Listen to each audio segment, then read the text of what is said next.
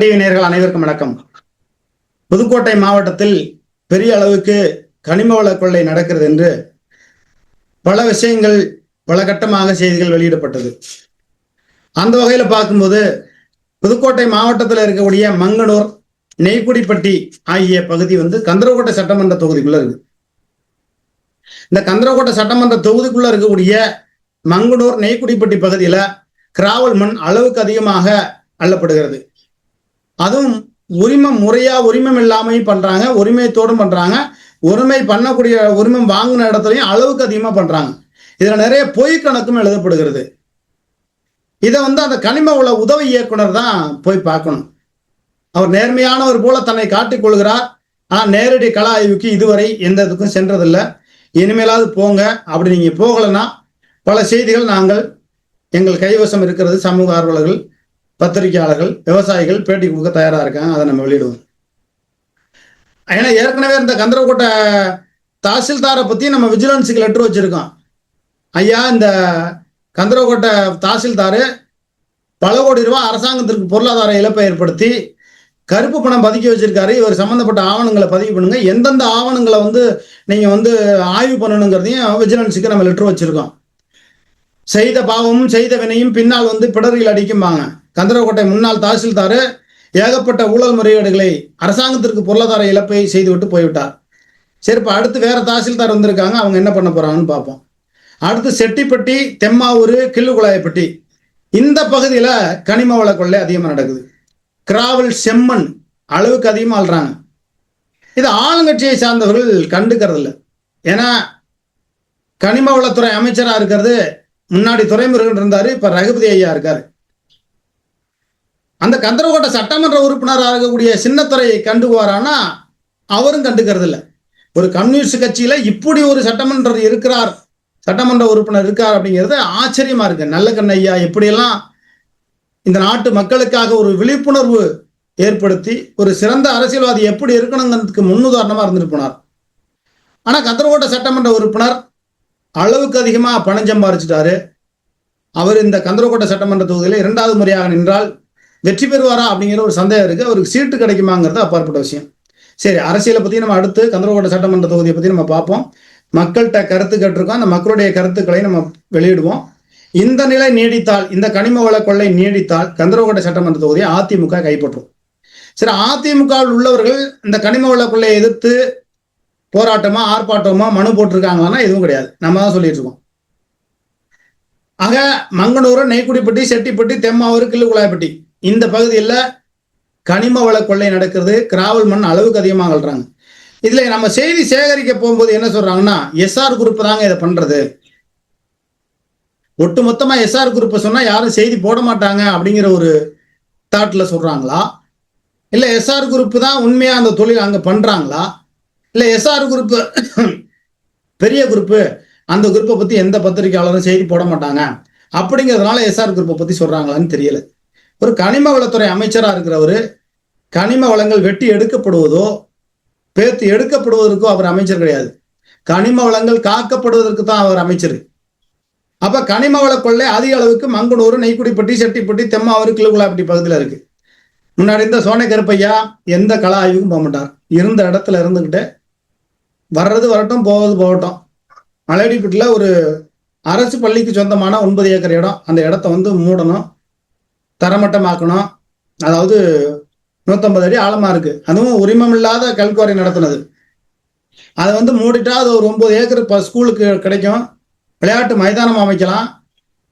ஒரு அரசு விழா நடக்கிறது, ஒரு ஜல்லிக்கட்டு நடத்துறது, எதுக்கு வேணாலும் பயன்படுத்தலாம். முதல்ல அந்த ஊராட்சி ஒன்றிய துவக்கப்பள்ளி நடுநிலை பள்ளி ஆக்கணும்னா ஒரு 10 ஏக்கர் இடம் வேணும். அதுக்குண்டான வழிவகைகள் கிடைக்கணும்னா நம்ம சோனை கருப்பையாவுக்கு பலமுறை மனு போட்டோம். அவர் என்ன குரட்டை விடும் கருப்பையாவா இருந்துட்டு இப்படி பண்ணிட்டு போயிட்டார். அவர் எங்கே போனாலும் சரி, அவர் சம்பந்தப்பட்ட விஜிலன்ஸ் மனுக்கு அவர் பதில் சொல்லி ஆகணும்.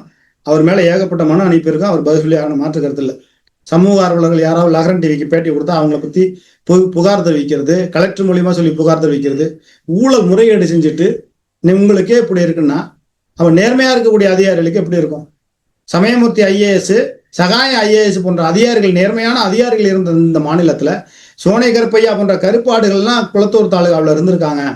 தமிழ்நாட்டுக்கே முன்னுதாரணமாக இருந்தது சமயமூர்த்தியும் சகாயம் ஐஏஎஸும். அவங்களும் இருந்த அந்த தமிழ்நாட்டில் இப்படி ஊழல் முறைகேடு செஞ்சு சமூக ஆர்வலர் பேட்டி கொடுக்குறாங்கன்னா அவங்க மேலே அது பண்ணுறது சரி ரைட்டு. இப்போ இந்த மங்கனூர், நெய்க்குடிப்பட்டி, செட்டிப்பட்டி, தெம்மாறு, கிலுகுலாப்பட்டி இந்த பகுதியில் எந்த அளவுக்கு இந்த செம்மண் கிராவல் மண் அளவுக்கு அதிகமாக அள்ளப்பட்டது என்பதை முறைப்படி நேரடியாக ரகுபதி கனிம வளத்துறை அமைச்சர் போய் ஒரு தடவை ஆய்வு பண்ணணும். சரி, அவர் போகல, சின்னத்துறை எம்எல்ஏ போய் ஆய்வு பண்ணுவாரா? திமுகவை சார்ந்தவர்கள் சொல்றாங்க, சின்னத்துறை தமிழ்நாட்டிலே மிகச்சிறந்த ஆளுமையான ஒரு சட்டமன்ற உறுப்பினர், சிறப்பாக செயல்படக்கூடியவர், இவர் போல ஒரு சட்டமன்ற உறுப்பினர் எங்கும் பார்க்க முடியாது, எவரும் கிடையாதுங்கிறாங்க. ஆமா, சரவணமூர்த்திங்கிறவர் நமக்கு பேட்டி கொடுக்க தயாரா இருக்காரு. அவர் பையனை போட்டு அவங்க சின்னத்துறை எம்எல்ஏ மகன் அடிச்சது பல விஷயம் இருக்கு. அந்த விஷயம் இன்னும் அடுத்தடுத்து நம்ம வெளியிடுவோம். இப்போ மங்கனூர், செட்டிப்பட்டி, நெய்க்குடிப்பட்டி, தெம்மாவூர், கிலுகுலாப்பட்டி இந்த பகுதியில் நடக்கக்கூடிய இந்த கிராவல் செம்மண் கொள்ளையை யார் தடுப்பது? இதை தடுக்கக்கூடிய பொறுப்பு யார் இடத்துல இருக்கு?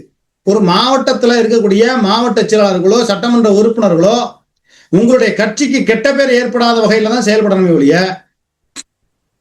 உங்களுடைய கட்சிக்கு கெட்ட பேர் ஏற்படுத்தக்கூடிய வகையில செயல்படுறீங்க.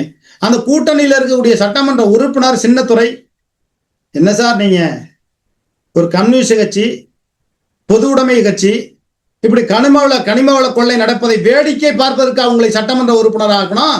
கேள்வி கேட்கிறாங்க மக்கள். கனிமவள கொள்ளை அளவுக்கு அதிகமாக நடக்கிறது, வேடிக்கை பார்த்து கொண்டு இருக்கிறார் சின்னத்துறை எம்எல்ஏ. சின்னத்துறை எம்எல்ஏவோட சொத்து மதிப்பை நம்ம தகவல் அறிவு உரிமைச்சட்டத்தில் கேட்டிருக்கோம், பதில் சொல்லி ஆகணும். இந்திய பொது உடைமை கட்சி, கம்யூனிஸ்ட் கட்சியா இருந்தா நீங்க ஊழல் பண்ணா, ஊழல்ங்கிறத தாண்டி அவர் அளவுக்கு அதிகமா சொத்து சேர்த்திருக்காரு. இந்த கனிம வள கொள்ளையில கிடைக்கக்கூடிய பணத்தை வச்சு நீங்க சொத்து சேர்க்கணுமா? ஏற்கனவே ரோடு, தார் சாலை, சிமெண்ட் சாலை, இதுல ஏகப்பட்ட கமிஷன் வருது. இதுல என்ன கொடுமைன்னா, திமுக காரங்க சொல்றதுதான் பெரிய கொடுமை. சின்னத்துறை மாதிரி ஒரு சிறந்த எம்எல்ஏ யாருமே பார்க்க முடியாது. ஆமா, அவர் சம்பந்தப்பட்ட பேப்பர்லாம் நாங்கள் விஜிலன்ஸுக்கு அனுப்பியிருக்கோம், அவர் சொத்து சம்பந்தப்பட்டது கேட்டிருக்கோம். மங்கனூர், நெய்க்குடிப்பட்டி, செட்டிப்பட்டி, தெம்மாவூர், கிலுகுலாப்பட்டி இந்த 5 கிராமத்துல மணல் கொள்ளை எந்த அளவுக்கு நடந்திருக்கு, கிராவல் செம்மண் எந்த அளவுக்கு அள்ளியிருக்காங்க, கனரக இயந்திரங்கள் கொண்டு அள்ளியிருக்காங்க. இதுல ஒரு சட்டங்கள் கொண்டு வரணுங்க. நீங்க கிராவல் மண்ணு அள்ளுனா என்னதான் பண்ணணும்? தேசிய ஊரக வேலைவாய்ப்பு திட்டத்தின் கீழ் பணி செய்யக்கூடியவர்களை வைத்து அந்த கிராவல் மண்ணு அள்ளுங்க அப்படிங்கணும். அந்த தனியார் நிறுவனமும் சம்பளம் கொடுக்கணும், அரசாங்கமும் சம்பளம் கொடுக்கணும், இரட்டிப்பு சம்பளமா வரும். அந்த வேலையை திமுக அரசு செய்யணும். அந்த வேலையை கனிம வளத்துறை அமைச்சர் ஐயா ரகுபதி அவர்கள் முன்னின்று செய்ய வரணும். அதெல்லாம் செய்தி போட்டோம்னா எப்படி செய்தி போடுற எல்லா மிரட்டல் உருட்டலையும் நம்ம பார்த்துட்டு வந்தாச்சு. ஆக இந்த மங்கனூர், நெய்க்குடிப்பட்டி, செட்டிப்பட்டி, தெம்மாவூர், கிலுகுலாப்பட்டி இந்த பகுதியில் அளவுக்கு அதிகமாக மணல் கொள்ளை நடந்து கொண்டிருக்கு. கனிம வள உதவி இயக்குனர் நேர்மையாக வேலை செய்வது போல தன்னை காட்டிக்கொண்டு ஏன்னா அவர் காசு வாங்குறாரா அல்லது ஆளுங்கட்சிக்காரங்களுக்கு பயப்படுறாரா? சின்னத்துறை எம்எல்ஏ காசு வாங்குறாரா அல்லது ஆளுங்கட்சிக்காரங்களுக்கு பயப்படுறாங்களா? ரகுபதி அவர்கள் இந்த விஷயத்துக்குள்ள நம்ம போகணுமா வேண்டாமான்னு நினைக்கிறாரா என்னன்னு தெரியல. நேரடி கள ஆய்வுக்கு நீங்க ஒரு தடவை பார்வையிட்டு இனிமே இது மாதிரி நடக்கக்கூடாதுன்னு சொல்லி அந்த வீடியோவை முதல்ல வெளியிடுங்க, கனிம வளத்துறை அமைச்சர் மற்றும் சட்டத்துறை அமைச்சர் அப்படின்னு நம்ம கேட்க வேண்டியதா இருக்கு. ஏற்கனவே வேளாண்மை துறையில சங்கரலட்சுமி கோடிக்கணக்கில் அரசுக்கு பொருளாதார இழப்பை ஏற்படுத்திருக்கு, ஊழல் முறைகேடு செஞ்சிருக்குன்னு செய்தி வெளியிட்டிருக்கோம். இந்த நிலை நீடித்தால், இன்னும் நாளை வரலையும் கூட அந்த நிலை நீடித்தால் புதுக்கோட்டையில இருக்கக்கூடிய 6 சட்டமன்ற தொகுதிகளில் 3 கூட திமுக வராது, அந்த நிலைமைக்கு போயிடும். அதனால கனிம வளத்துறை அமைச்சர் ஐயா ரகுபதி அவர்களும் நேர்மையின் சிகரம் என்று தன்னை சொல்லிக் கொள்கிற சின்னத்துறை சட்டமன்ற உறுப்பினரும் நேரடி கள ஆய்வுக்கு போகணும். அப்படி இல்லைன்னா குளத்தூர் வட்டாட்சியர் விஸ்வநாதன் இப்போ வந்துருக்கீங்கள, அவங்க கள ஆய்வுக்கு போகணும். அவருக்கு உட்பட்ட பகுதி எது? கிலுகுலாப்பட்டி, தெம்மாவூர், செட்டிப்பட்டி இந்த பகுதியில் நடக்கிறதையாவது இப்ப இருக்கக்கூடிய வட்டாட்சியர் கள ஆய்வுக்கு போவாரா அப்படிங்கிறத பார்ப்போம். மங்கனூர், நெய்க்குடிப்பட்டி பகுதியில் இருக்கக்கூடிய இந்த கிராவல் மண் கொள்ளையை, அதாவது அளவுக்கு அதிகமாக அள்ளுவதை, பொய்க்கணக்கு எழுதி தனியாருக்கு சொத்து சேர்த்துக்கூடிய போக்குகளை கந்தரகோட்டை வட்டாட்சியர் போய் தடுப்பாரா அப்படிங்கிறத பார்ப்போம். இன்னும் விரிவான செய்திகள் பேட்டி கொடுக்கறதுக்கு நம்மள்கிட்ட தயாரா இருக்காங்க. அடுத்தடுத்த செய்தியில பார்ப்போம்.